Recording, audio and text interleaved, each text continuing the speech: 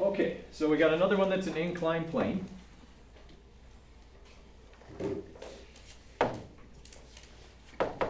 Okay, and on that inclined plane, we got a 20 kilogram box. Okay, and the incline is 40 degrees. Right, so we've got our force of gravity here that's going to be 196.2 newtons. Right, we're going to have our normal force here, which we're going to need because we were given the coefficient of friction on this question. And we got F parallel, okay, on the bottom, which we always need for an inclined plane. Okay, so when it comes right down to it, the forces up and down the plane are only friction and F parallel. Okay, it's the sum of those two forces that's going to get me the net force, okay, and then enable me to get to the acceleration from there. So I need to calculate F parallel to start off with. Okay, so that's going to be the sine of 40 times 196.2.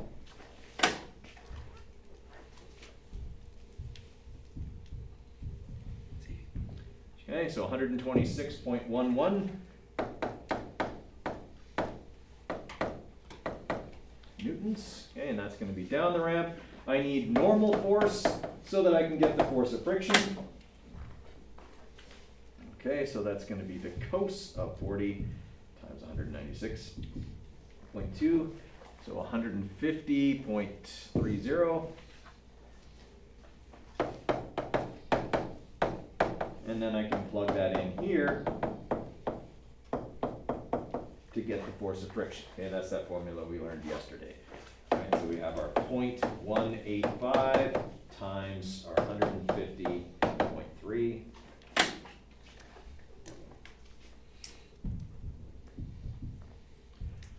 Okay, so we're looking at 27.81 newtons worth of friction. Right, now that we've got those numbers, now we can calculate F net with the vector sum of all forces. So it'll just be our 126 minus our force of friction. All right, so we got 98.3 newtons worth of net force. Divide that by the mass. Okay, we got 4.9, because we only have two significant digits, 4.9 meters per second squared down the ramp. Okay, pretty straightforward.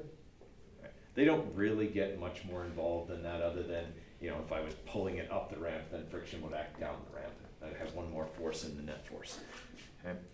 Now, this is one that can be pretty typical of a friction question, and it's going to be like kind of two parts. I'm going to have you write it down here. Okay.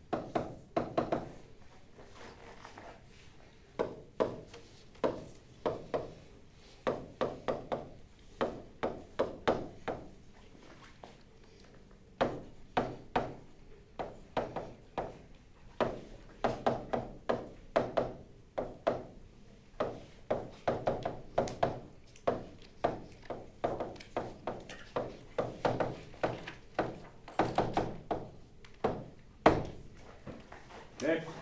So a question about this, where it's like level, can you just calculate your normal force by doing the force of gravity? Okay, so we got a 2,500 kilogram truck, slams on its brakes on an icy, I also should say level road, an icy level road, okay, where mu is 0.137. The initial velocity of the truck is 18 meters per second east. How far will it slide before stopping? Okay, give you a few minutes on that one. Okay, it's friction, it's net force, acceleration, okay, all of that kind of in one question. Okay, so if we're drawing a free body diagram of this situation, I've got gravity pulling down, and I've got normal force pushing up. What's the relationship between those two forces? They're equal. Okay, we're on a level road. Truck's not moving vertically. Okay, so those two forces need to offset each other. Right, so we got to calculate what our force of gravity is going to be, because that is also going to be our normal force, which we're going to need. Okay, so 2,500 times 9.81 is going to give us 24525 newtons. Okay, 2,500 kilograms. What other force do I need to put on here? Force of friction. Since this force and this force are equal and opposite, they cancel. What's my net force? Or which force is my net force? Maybe a better way to say that. The force of friction is my net force. It's the only force other than the two that cancel that's even present. They're not the applied force? No, because once you slam on the brakes, your engine is no longer, we're assuming that the wheels lock. Okay. Okay, so I probably should have said that, but yeah. Once you hit the brakes, your car's engine is no longer powering the car forward. I mean, like, would it, the brakes be holding it back, or was that just added friction? The brakes are friction. Okay. Okay, by clamping the brakes down, then that we're using either friction of the discs against the rotor or the tires sliding against the road, either way. Yeah. All right, so I've got force of friction here, which I'm going to have to calculate using mu times the normal force. I already calculated the normal force, so now I can calculate that. Okay, so force of friction is going to be 0.137 times 24525. Okay, and that will also be my net force. Okay, so there's my net force, 3,359.9 newtons. Say that number and then I forget it right away. 335.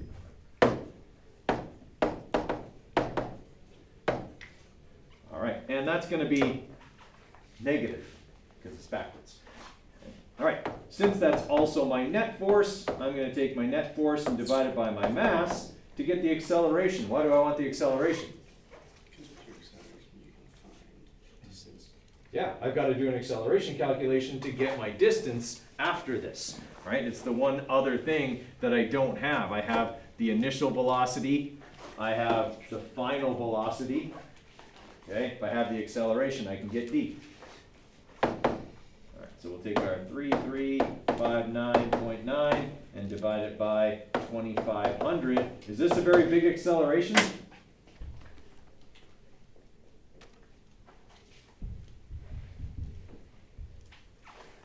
.34 meters per second squared. That is a panic-inducing lack of acceleration. Okay? If you slam on the brakes under ideal conditions, you are thrown forwards into the seat belt with almost 1 G, maybe even more than 1 G worth of force. This would just feel like, oh, my brakes aren't doing anything.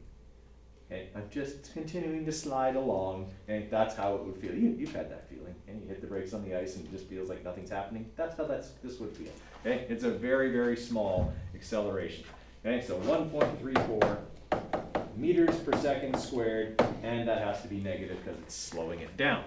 All right, now I can use this formula. Vf squared equals Vi squared plus 2AD. Okay, so manipulating for D, Vf squared minus Vi squared divided by 2A will give us D, so that's 0 squared minus 18 squared divided by 2 times negative 1.34.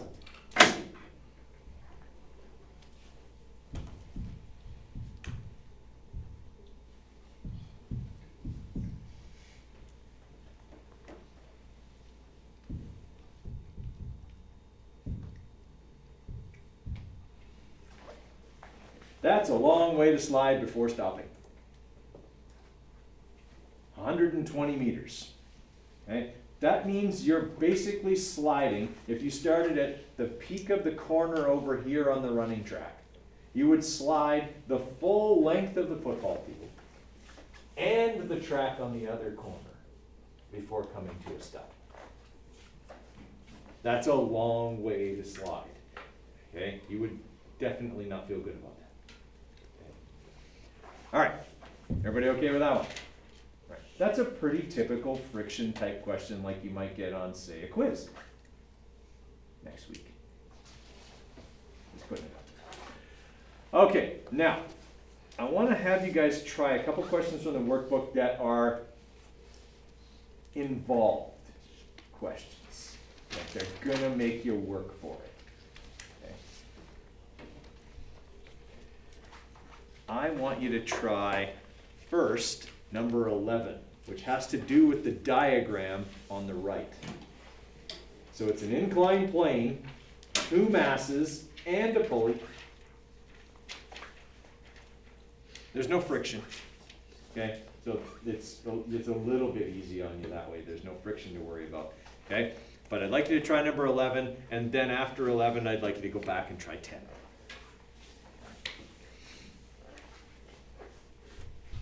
All right. So, for context, this was a final exam question for a very long time. Okay? Because it tests systems, inclined planes, okay, all that kind of stuff. All right, let's look at this thing from free body diagram kind of perspective here.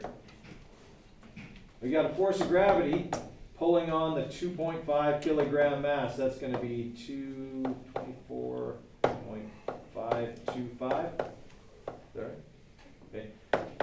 Newtons. Okay, and then this one here is our 2 kilogram mass. So it's going to have force of gravity, okay, acting straight down on it. We're going to have normal force here, which won't be important for this question, and F parallel here. All right, so they told us that the incline is 30 degrees. Okay, this side here is 19.62 because it's 2 times 9.81. Right, and since this is a 30-degree angle, sine of 30 times 19.62 is 9.81 newtons. Yes? Some people don't like it when it comes up to that, but that's what it comes up to. Okay? All right, so that means then that I've got 9.81 newtons worth of force resisting the system, and I've got 24.525 newtons driving the system. Would you agree? Okay. Can I simplify this diagram at this point? Are there any other forces I need to consider? No, I would, but it's frictionless, so I don't have to worry about that. Okay? There's no other forces, that's it. Okay? The weight of that 2.5 kilogram mass is what's pulling everything, okay? And it's the force parallel that's resisting everything. It's dragging that other mass up the ramp. Okay? So I can simplify this diagram then to look like this. 4.5 kilograms, 24.525 newtons going that way, 9.81 newtons going this way. Oh, so the angle doesn't matter now after that. Because I already calculated F parallel, that's the only thing I need the angle for, right? Okay. Comes down to this. So, net force. Okay, 24.525 minus 9.81.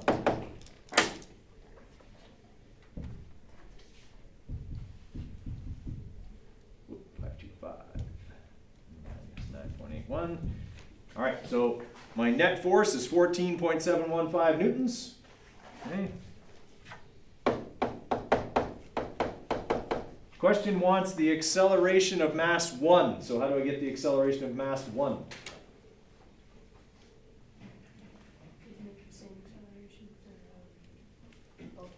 Right, it's the same as the acceleration of the system, at least in magnitude. Okay, so how do I get that?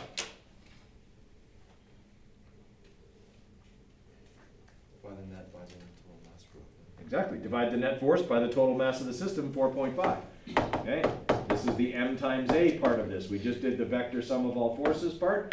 Now we're doing the m times a part. 14.715 divided by 4.5 kilograms will give me the acceleration of the system, at least in magnitude.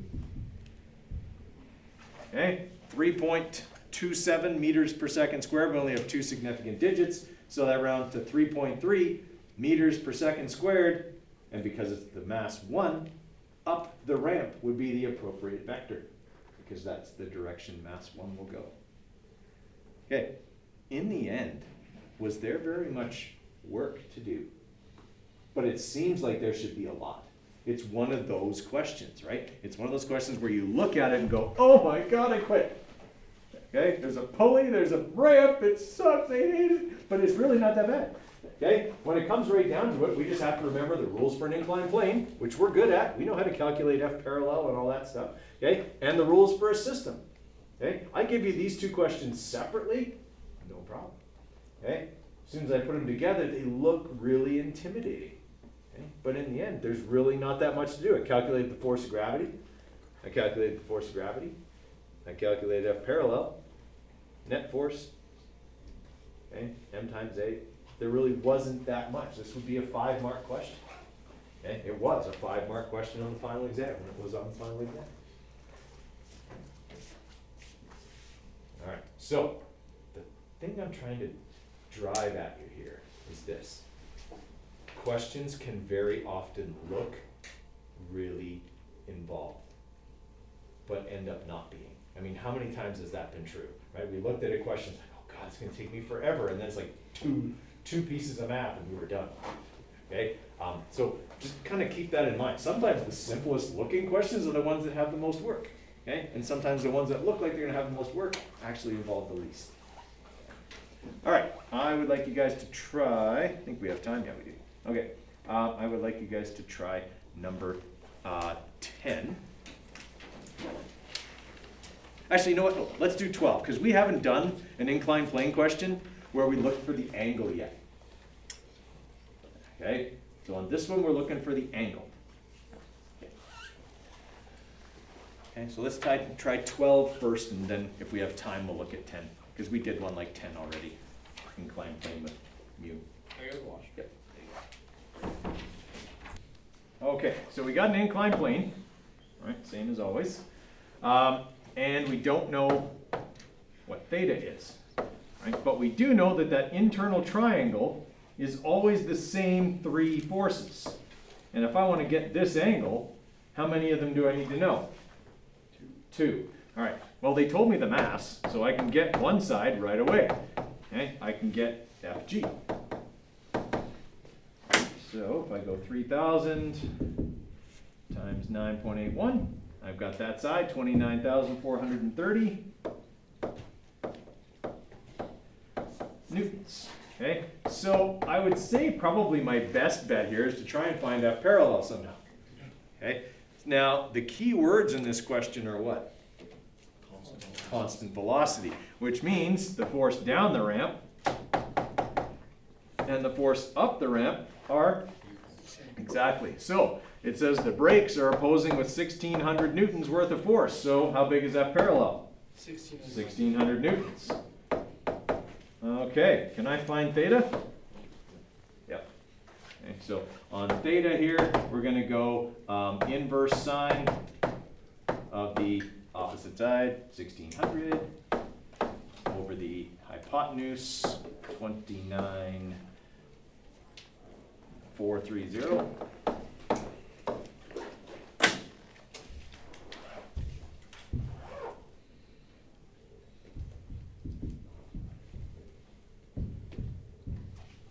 Okay, I guess it should be 3.12 degrees above the horizontal. Oh, 116. Oh yeah, we got 4 significant digits. 3.116 degrees above the horizontal. Okay, when you first read that question, did it seem like it was going to be really hard? Yeah, but then once you start working, like we only had to really do 2 calculations there. All right, next week. Next week we are going to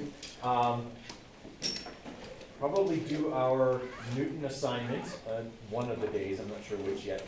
But we'll do our, so I'll give you the sheet, it'll have, 12 questions or so on it that are on Newton. Okay, like you got with the vector one, you get one for Newton. We'll move on to Newton's third law. That'll take us a couple of days, and then we'll be done. Okay, it's a 4-day week next week, so how many people are going on the Costa Rica trip, leaving Tuesday? Okay. So for those of you that are going to be gone those 2 days, we'll probably be doing Newton's third law those 2 days. When you get back, watch the recordings, okay? Because you should be doing good work and not watching physics. Okay. Plus, it's probably sketchy Wi-Fi down there. Anyway. All right, so that'll be the plan for next week, and then when you guys get back, yeah, like 2 weeks after we get back, and we'll be done this unit. Okay, so expect a unit exam 2 weeks from that day. I'll put it up on the board in a bit. That's when it'll happen. Okay, also remember your lab reports are due on Wednesday of next week, so make sure those are submitted through Google Classroom, okay, by 8:30 a.m. on the 5th of November.